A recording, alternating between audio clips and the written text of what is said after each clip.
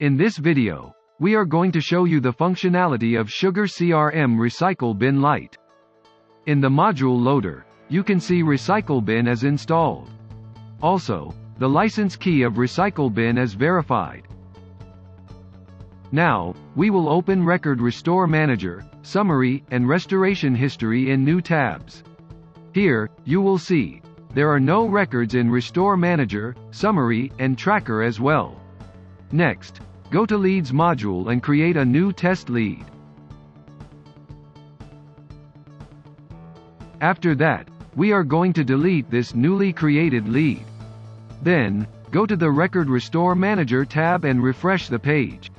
Here, you can see the deleted record with details like deleted by and date on which record deleted.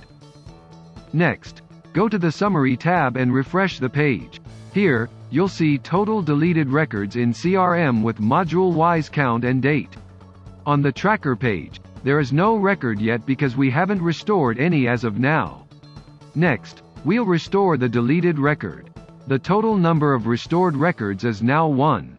In the Summary page, you can see the number of records restored by the Record Manager extension. Go to the Tracker tab and refresh the page. Here, you'll see details like name of record, description, date created, and others.